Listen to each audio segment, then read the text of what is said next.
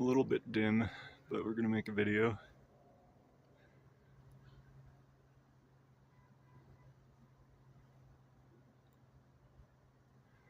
So where to begin? The pumpkin patch. These are the Cinderella pumpkins. This is the Big Jim pepper, and it has formed flowers, which is nice. And this is the Golden Jenny cantaloupe, and it has formed a cantaloupe. So that is good to see. And this pepper also has flowers. Another of the Big Jim, I do believe. And the Nagasaki long eggplant also has a beautiful flower. Some more pumpkin patch. And this pepper is just growing very strangely and poorly, but that is okay, not worried. Here's my potato bag.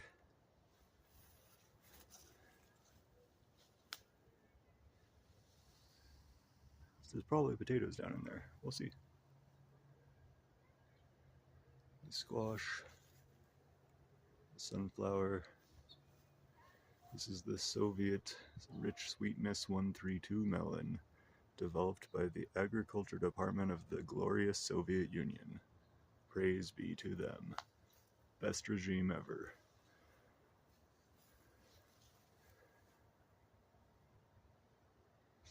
This is just a normal eggplant.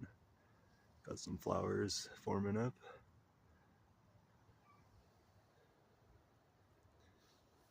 Some more pumpkin patch.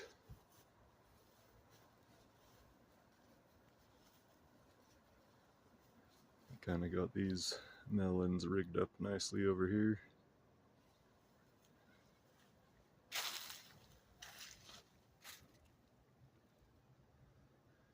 And I do have a melon on this vine as well. And I think this might be a Kajari melon. Honestly, don't really know, because I don't know anything about my own garden. I just don't. I don't know what's planted where. I mean, this is obviously a watermelon. I remember this. This is a yellow watermelon, so who knows? Maybe that one got pollinated. We'll just have to wait and see. But the Joseph Coat Amaranth is starting to get a little more colorful. These are totally neglected. This is like my neglect area.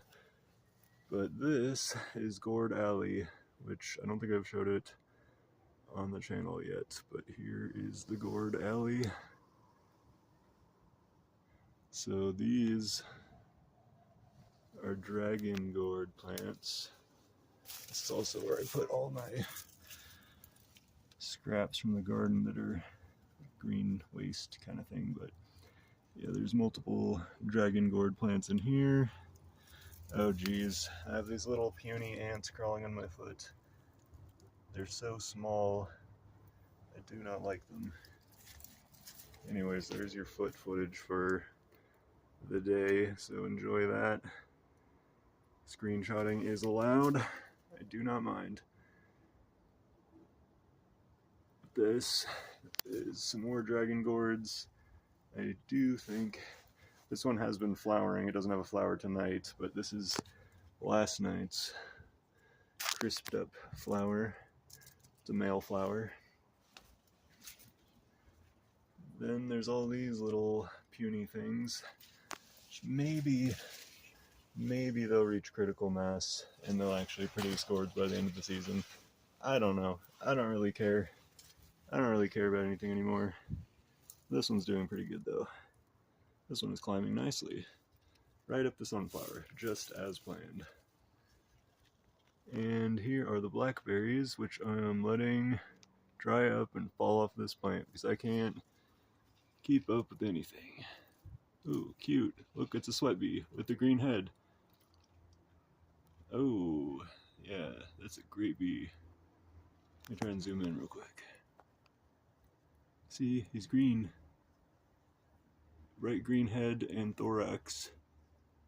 That is an Idaho native bee. It's known as a sweat bee. Bicolored sweat bee. And they live in the ground. So that was a nice little sighting there. Anyways, onto this part of the garden. Most of the sunflowers are pretty top heavy by now. As you can see, some of them are quite tall. I mean, like, this one is about twice as tall as me, and I'm over 6 foot, so pretty large sunflowers. Here we have my invasive mint, which I did not plant. That's from the last person that lived here, I guess, and some of it has flowered, which is nice because these are very attractive flowers for all pollinators. This is my unknown tomato varieties here, which I did not plant, but there is 3 of those plants now, and they're quite healthy indeed, so great. And then we got a little cucumber back there, several more. These are the Japanese cucumbers. Just so lovely and so nice. And they're behaving just how I want them to. Then get a load of this nasturtium. Very bright and vivid color. And they're also edible and spicy. So this is the red chard. This is another cone flower. Those leaves, like, you can tell because they look the same as this one. And this cone flower now has 4 blossoms, which is nice, and it has perfectly interspersed itself with this tall marigold flower, so it's almost like, looks like the cone flower is coming out of the marigold, or it's like a multi-flower. But that is just the kind of stuff that will happen when you plant a chaos garden. Oh my god, look at this. Another sweat bee with the green head. Let me zoom in. These are beautiful bees. I forget what this flower is called, but I like this one a lot. And then I got this kind, which I also don't know the name of. And then all these. Oh, hey, look. It's a bumblebee. He's resting. A lot of them just do that. They hang out overnight just on a flower, or just inside a squash flower sometimes. Speaking of squash flowers, this one's formed quite a few. And this is the bizarre red chard. I don't know if you've ever seen a chard do this, but it's got leaves all the way along this horizontal stem, because it went to flower, it went to seed, right? And I cut off the end of it with a weed whacker, and now it's producing more charred leaves. So I did not really expect that to happen, but pretty cool. And then these lovely Thai basil, so rainbowy, and the valerian flowers there, and whatever the heck those are called. Some more cosmos, and this kind of the no man's land. These plants are just not growing or flushing out like at all in this area. I think it's just partly due to the shade of the sunflowers and partly due to me having a crappy watering schedule. Amongst other things, I've been very neglectful of my garden after having a pretty strong start, but yeah, like these purple beans here, I have let these go to the point where I'm probably just gonna let them dry out and then plant them. This is a nice little bean flower. So these purple beans, all the other bean plants have stopped production, but the purple beans, and then these are actually the yard-long beans that are only just now starting to do something after being planted in like the 3rd month of the year, and it is now August. So weird, very weird.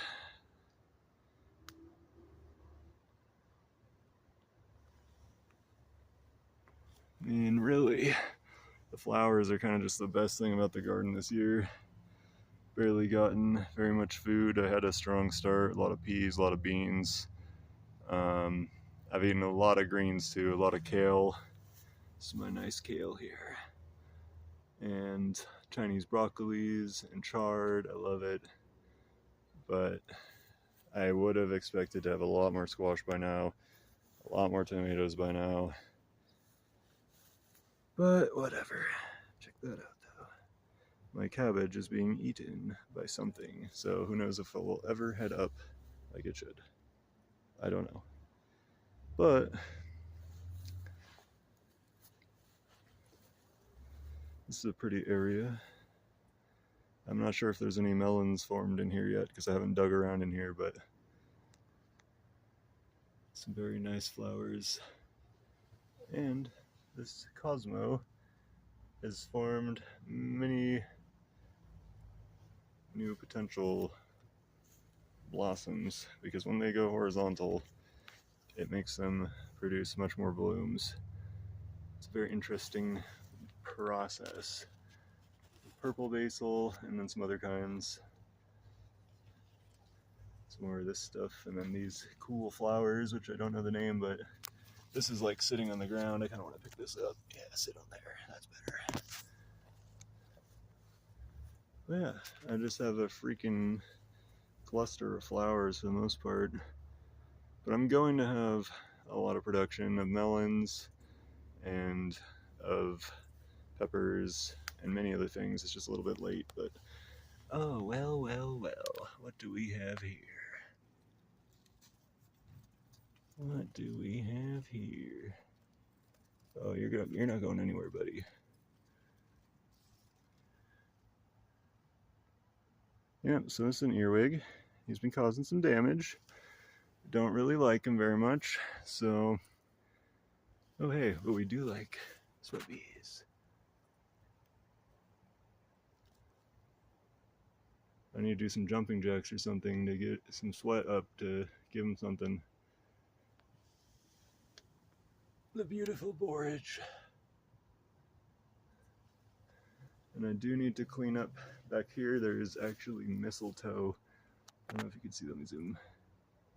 So this little red, sorry my hand's shaky, I drank too much coffee before filming this, but there's actually mistletoe that is growing in there and is a toxic plant. I'll have to put on gloves to deal with that, but I got mistletoe back there and this purple bellflower. This creeping bellflower, this is also an invasive plant, and I was kind of tolerating it because it looks kind of nice, but I am going to destroy that because it is an invasive plant. It's not good. But yeah, look at this gourd. There's that one. And then this one. This one's shaped kind of funny. But beyond that, got a very surprising shock in this area because this is just a total cluster. I don't even know what's going on in here. But what I found is there's a cantaloupe. And it's pretty damn big.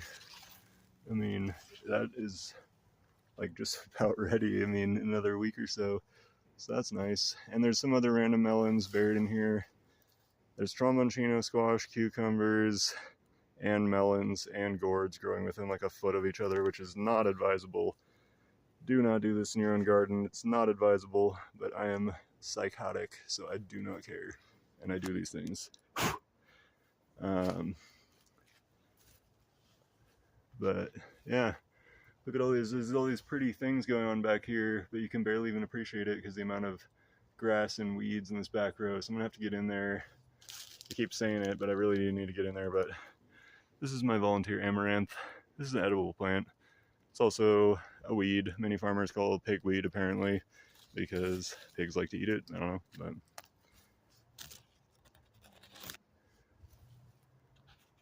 anyways,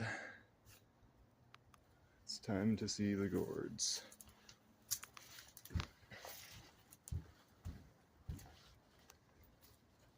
So as you can see, they are now quite large.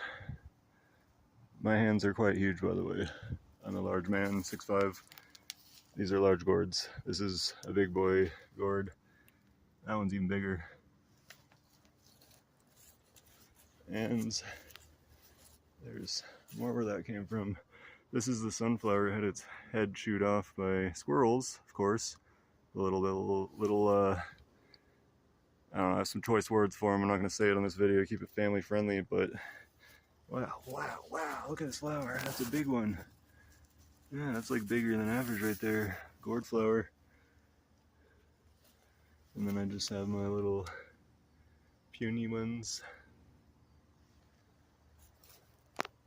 Ooh, another sweat bee. They're really out right now. I don't know why. I think this one might be a female, because I think the females have a duller head and thorax, and the males are the ones that are the bright green, but I could be wrong. I might be thinking of a different type of bee. I was doing a lot of bee research the other day, but the Lata squash has really done its thing, and I do believe that, oh, where'd it go? Oh yeah, there's this. I think this one got pollinated. I think we've got ourselves a squash here. But these gourds back here are just kind of insane. This is one of the bigger gourds. The biggest one, let me see if I can even get back in here without crushing everything. This gourd is just, it's freaking unreal, man. Like, I can't even really get to it, but boop, boop. Yeah, that is a big gourd, if I ever saw one. Forgive my language. And these more mint flowers, which are very attractive to hummingbirds and other beneficials, even if mint itself is quite devilish of a plant. But yeah, the giant pumpkin vine is really wandering. That's the giant pumpkin down there. This vine has decided to tackle down other living things just for the thrill of it, it seems. And I'm just watching in horror, unable to do anything to stop it. It's just happening in literal slow motion. But anyway, this is about twice as big as it was yesterday. That's what it feels like. It's weird looking, glossy, pale pumpkin. I guess that's how they get the Dill's Atlantic Giant. That's what they do. That's what they look like. It's normal. My puny sunflowers. These ones are slightly less puny. But I do need to plant a whole nother row. There's all kinds of stuff I need to do that I'm not doing, but look at my beautiful pentagram. As you can see, I have my chair facing it for chillin' purposes. Anyways, I hope everyone has had a wonderific Monday. I know I have. Gourd bless every last one.